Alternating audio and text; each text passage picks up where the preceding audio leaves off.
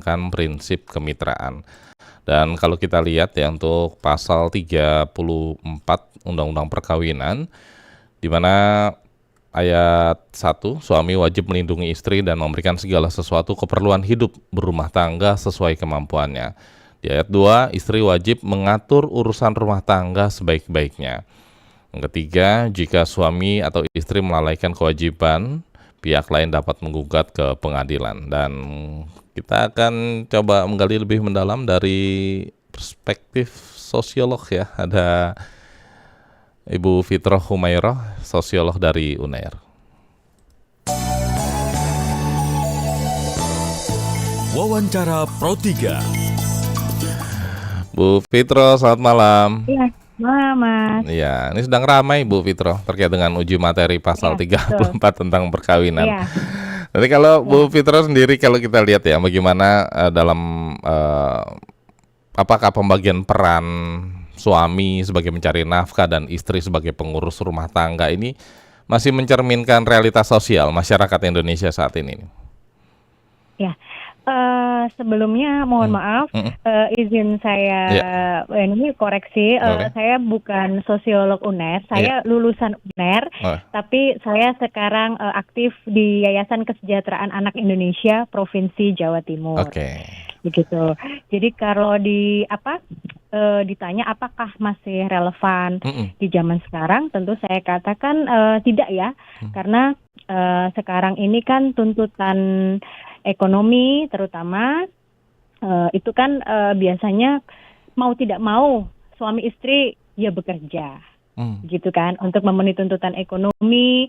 Ditambah lagi bagi mereka yang sandwich generation seperti itu, mereka butuh membiayai, kadang mereka seringkali ya, bukan kadang, membiayai keluarga masing-masing juga begitu. Ada yang masih membiayai orang tuanya, adiknya, dan segala macam begitu. Jadi kalau ditanya masih relevan atau tidak, ya menurut saya tidak gitu. Nah, kalau kondisi sekarang gitu ya, bagaimana Bu Fitroh melihat frasa ini dalam pasal 34 itu kan mencantumkan ada istri wajib mengatur urusan rumah tangga sebagai kodrat sosial atau hasil konstruksi budaya ini, Bu? Tentu konstruksi budaya ya, karena kodrat perempuan itu cuma 3 ya Mas. Kodrat itu adalah yang tidak bisa digantikan oleh pihak lain, yaitu haid, haid, melahirkan, hamil, melahirkan, menyusui. Itu tidak bisa tidak bisa digantikan oleh pihak lain gitu ya kan. Tapi kalau tugas rumah tangga ini kan semua bisa mengerjakan. Itu kan basic life skill. Mau laki mau perempuan juga bisa, kayak nyetir. Dulu mungkin laki-laki, sekarang perempuan nyetir sendiri. Gitu. Kesetaraan gender ya. Apalagi juga kalau kita lihat realitas di lapangan, tidak sedikit ya di mana seorang istri ini menjadi pencari nafkah utama. Iya, betul.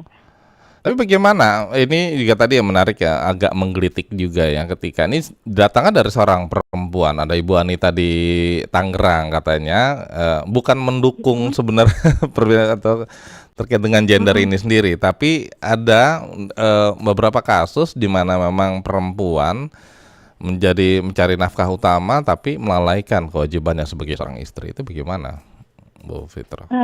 Yang dikatakan melalaikan kewajiban itu seperti apa begitu? Selama dia bisa menyusui anaknya dengan baik, ya menurut saya nggak melalaikan itu. Yang dimaksud melalaikan itu seperti apa? Selama dia bisa berbagi peran dengan suaminya, misalnya bisa mendidik anak mereka dengan baik, menurut saya itu bukan melalaikan. Yang dimaksud melalaikan seperti apa? Apakah sudah adil dalam pembagian kerja, pembagian peran itu tadi, atau bagaimana gitu? Yang saya saya tanyakan begitu. Karena kalau kita lihat di mana tadi frasa istri wajib mengatur urusan rumah tangga sebaik-baiknya, ini bisa menjadi beban ganda gitu ya, Bu Fitroh ya? Iya. Bahkan sebelum ada gugatan Undang-Undang Perkawinan ke MK ini, kerja itu sejak zaman dulu itu bebannya itu pasti rata-rata ya, mereka mengalami beban ganda gitu ya kan, karena mereka sudah kerja di luar, sampai rumah mereka masih harus masak, nyuci dan lain sebagainya Begitu, sedangkan sang suami bisa langsung istirahat seperti itu. Nah, apakah juga tadi ya kesetaraan gender di era saat ini juga tadi ya yang tadi dibangun terkait dengan kodrat itu sendiri akhirnya menghilangkan kodrat seorang perempuan untuk mengatur ataupun mengurus rumah tangga, Bu Fitra? Nah, sorry, sekali lagi saya tegaskan bahwa mengurus rumah tangga itu bukan kodrat perempuan. Kodrat perempuan itu tadi haid, hamil, melahirkan, menyusui. Kalau mengurus rumah tangga itu bisa dilakukan oleh laki-laki dan perempuan. Stigma jadi, budayanya begitu ya? Nah, iya, itu berarti bukan kodrat. Itu berarti kan dibentuk dari masyarakat sendiri begitu. Jadi sebenarnya bisa laki-laki mengerjakan pekerjaan perempuan begitu. Bukan pekerjaan perempuan sih saya bilangnya, pekerjaan yang rumah tangga harusnya bersama-sama ya, gitu ya. Iya, betul. Kita undang pendengar boleh ya, Bu Fitra yang bergabung? Boleh. Pendengar silakan kami buka di 0213523172, 0213844545, 0213866712 atau juga bisa melalui pesan WhatsApp kami di 081 399399888. Ada Bu Dinda di Bogor. Selamat malam, Bu Dinda. Selamat malam kembali, Bung Mantara. Ya, silakan. Ya, selamat malam, Ibu Fitro. Assalamualaikum. Ya, selamat malam. Waalaikumsalam, Bu Dinda. Sepakat dan sepaham dengan pendapat Ibu Fitro. Terima kasih. Untuk 3 hal itu bukan kodrati seorang wanita. Hanya itu kodrat, bukan kodrat, tapi memang sudah dari yang maha kuasa itu ya, Bu Fitro ya. Karena kalau hal yang lain-lain itu perempuan juga bisa begitu, Bung Lukman. Jadi, tapi yang saya pertanyakan dan ini relate Bu untuk saat ini. Apa tuh? Iya, boleh. Masih ada, bukan banyak ya, tapi masih ada yang para suami itu hanya di rumah seperti yang dibahas tadi di sebelumnya. Tapi yang mencari nafkah itu justru istri begitu. Nah, itu masih ada. Saya itu relate karena memang beberapa hal itu saya lihat juga. Dan kalau hal yang seperti ini tuh bagaimana Ibu? Sedangkan kalau kita lihat di saat ini apa-apa mahal, semua naik. Bagaimana istri harus mengatur juga ngurus juga pekerjaannya di luar. Harus juga urusan keluarga di rumah, anak-anak dan ya makannya, belajarnya dan sebagainya begitu. Lalu harus bekerja juga anak. Jadi bagaimana kalau hal seperti ini, Bu? Jadi dibalik begitu, Bu. Iya. Ibu Fitro, dilanjut Bung Lukman. Baik. Ya, terima kasih Bu Dinda. Ditahan dulu Bu Fitra, kita ke Palu. Ada Pak Arnold. Oh gitu, oke, baik. Pak Arnold, selamat malam. Selamat malam Pak Lukman nih. Mewakili suara suami nih, silakan. Iya. Ibu Dinda ya, narasumbernya. Tadi Bu Fitro, narasumbernya. Bu Dinda tadi pendengar. Iya. Saya dari Palu sependapat sama Ibu sebagai narasumber. Karena begini. Terima kasih. Ya, kenyataan sekarang ini, Ibu, di Palu ini banyak hampir sekitar 75% ibu rumah tangga yang kerja. Oke. Nah, bapak itu tidak kerja. Nganggur. Nganggur. Tapi beban ini ibu sangat luar biasa. Kerja kadang-kadang namanya outsourcing kan? Outsourcing ini.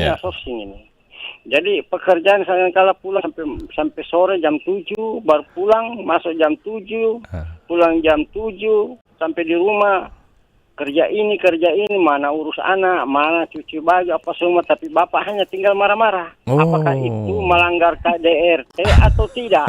Pasal 34 itu saya kayaknya tidak sependapat juga itu. Oke. Ya, saudara itu. Oke, dan Ibu, itu kenyataan di Palu itu, 75% itu, Bu. Sekarang Ibu kerja sekarang ini. Oke. Terima kasih banyak. Assalamualaikum warahmatullahi wabarakatuh. Waalaikumsalam warahmatullahi wabarakatuh.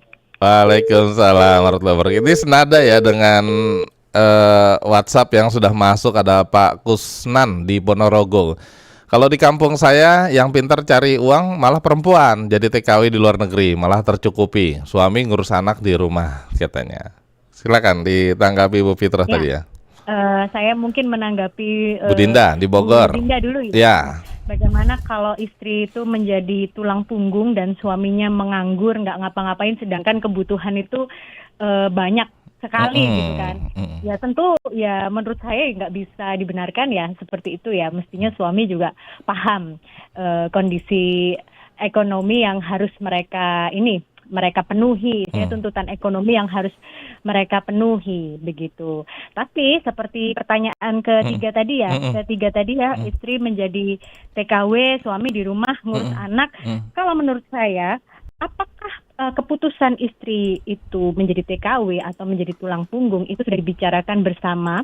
Apakah istri itu tidak keberatan dengan keputusan itu dan suami juga tidak keberatan dengan dia harus mengurus anak dan dia bisa mengurus anak dengan baik, selama tidak ada pihak yang merasa dirugikan, saya rasa tidak ada masalah begitu menurut saya gitu. Kemudian Pak siapa dari Pak Arno ya 75% dipanggil ibu bekerja, bapak pengangguran, marah-marah, ya KDRT, ya bagi saya itu termasuk KDRT. KDRT itu kan tidak hanya secara fisik ya, tapi secara mental itu sebenarnya juga diatur dalam undang-undang gitu. Tapi kalau kita balik lagi ke pasal 34 Undang-Undang Nomor 1 Tahun 74 tentang perkawinan ini ya, Bu Fitro, di mana kalau tadi ada banyak wanita yang menjadi tulang punggung atau pencari nafkah utama, sementara suami mengurus rumah tangga gitu atau di rumah. Ini bagaimana? Artinya juga kan melanggar dari pasal 34 ayat 1 ini, di mana suami wajib memberikan segala sesuatu keperluan hidup rumah tangga sesuai kemampuan. Iya, kalau kita mengacu kepada undang-undang tentunya itu melanggar ya kan. Tapi kalau saya melihatnya kan dari segi apa ya? Secara sosiologis ya Mas ya, bahwa selama itu sudah kesepakatan 12 pihak kan sebelum menikah kan pasti sudah dibicarakan gitu. Saya kerja loh, sedangkan kamu gajinya misalnya kan zaman sekarang cewek-cewek tuh gajinya lebih besar loh Mas. Rata-rata biasanya kan gaji lebih banyak yang lebih besar dari ini, terus atau misalnya gaji saya lebih besar, udah deh kamu di rumah aja yang paling udah punya anak gitu, kamu ngurus anak. Selama itu sudah berdasarkan kesepakatan bersama dan mereka menjalani itu dengan enjoy, ya buat saya nggak ada masalah. Gitu. Bu Fitra, singkat saja mungkin terakhir ini, sejauh mana norma agama, budaya dan hukum ini saling memengaruhi dalam membentuk relasi suami istri di Indonesia? Kalau dibilang sejauh mana ya sangat mempengaruhi gitu, norma agama, norma apa tadi, hukum, budaya dan hukum. Norma budaya, sosial budaya ya dan hukum itu pasti sangat mempengaruhi masyarakat kita. Contohnya agama gitu. Tapi kita juga seringkali melihat bahwa budaya patriarki, kan memang budaya patriarki itu sepertinya masih mengakar ya di negara kita. Itu membuat orang-orang salah menafsirkan dari ajaran-ajaran agama. Maksudnya nggak begitu, tapi ditafsirkan begitu. Sosial budaya juga seperti itu. Kita tahu sendiri bagaimana zaman dulu dari dulu tuh perempuan itu kan terbatas gitu, mulai dari zaman Ibu Kartini dulu ya kan, tidak boleh sekolah, tidak boleh beraktualisasi diri.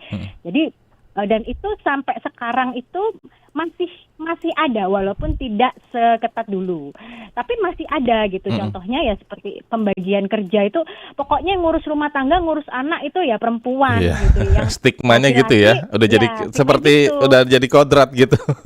Stigmanya. Jadi yang laki-laki walaupun sama perempuan, walaupun sama-sama kerja, pokoknya sampai rumah yang perempuan tetap wajib mengurus rumah tangga. Begitulah norma hukum seperti ini juga.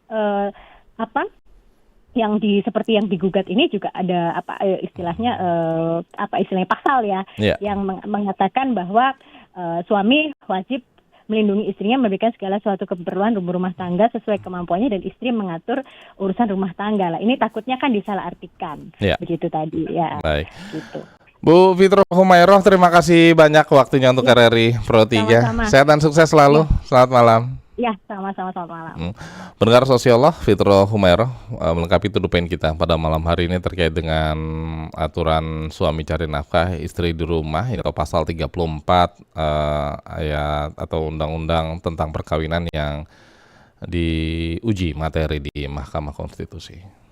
Wawancara Pro 3.